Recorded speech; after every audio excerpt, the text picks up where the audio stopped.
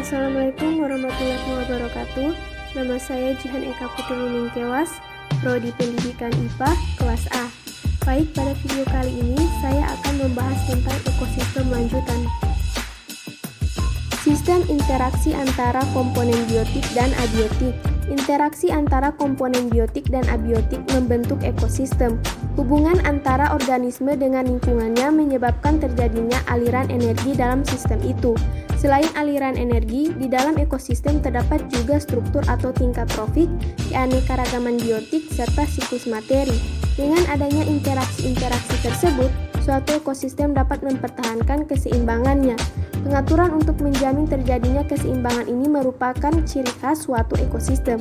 Apabila keseimbangan ini tidak diperoleh, maka akan mendorong terjadinya dinamika perubahan ekosistem untuk mencapai keseimbangan baru. Aliran energi. Aliran energi semua organisme memerlukan energi untuk aktivitas hidupnya. Energi tersebut diperoleh dari makanan. Proses mengonsumsi makanan merupakan proses transfer atau perpindahan energi. Aliran energi dalam ekosistem dari satu organisme ke organisme yang lain dapat digambarkan dengan rantai makanan dan jaring makanan. Dalam setiap ekosistem, terdapat beberapa tingkatan organisme atau disebut juga tingkat trofik. Yang pertama, produsen adalah organisme autotrof atau tumbuhan hijau. Yang kedua, yaitu konsumen, adalah organisme yang memakan langsung tumbuhan hijau atau produsen. Yang ketiga, yaitu pengurai atau dekomposer, adalah organisme yang menguraikan bahan organik mati menjadi bahan anorganik.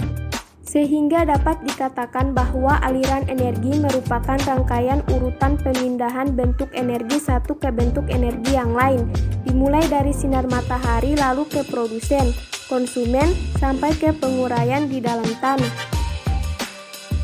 Siklus materi. Siklus materi merupakan proses berpindahnya materi di dalam suatu rantai makanan atau jaring-jaring makanan yang mengalir melalui makhluk hidup dan makhluk non-hidup berkali-kali, atau dapat pula dipindah dari satu ekosistem ke ekosistem lainnya. Materi dari produsen atau tanaman padi mengalir kepada konsumen tingkat 1 atau tikus, kemudian mengalir lagi pada konsumen tingkat 2 atau ular. Lalu karena adanya proses makan-memakan materi tersebut, mengalir lagi ke konsumen tingkat 3 atau burung elang. Burung elang yang mati akan diurai oleh dekomposer. Seiring dengan berjalannya waktu, dekomposer menyatu dengan tanah, lalu materi itu diserap lagi oleh tanah. Siklus biogeokimia.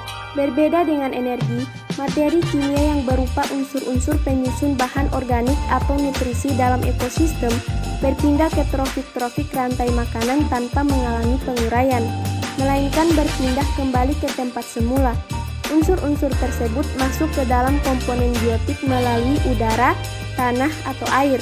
Perpindahan unsur kimia dalam melalui daur ulang yang melibatkan komponen biotik di ekosistem anbiotik ini dikenal dengan sebutan daur biogeokimia.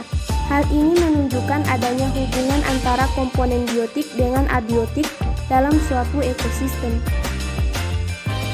Berikut adalah siklus biogeokimia yang terjadi di alam. Yang pertama siklus air, yang kedua siklus fosfor, yang ketiga siklus nitrogen, yang ketiga siklus oksigen.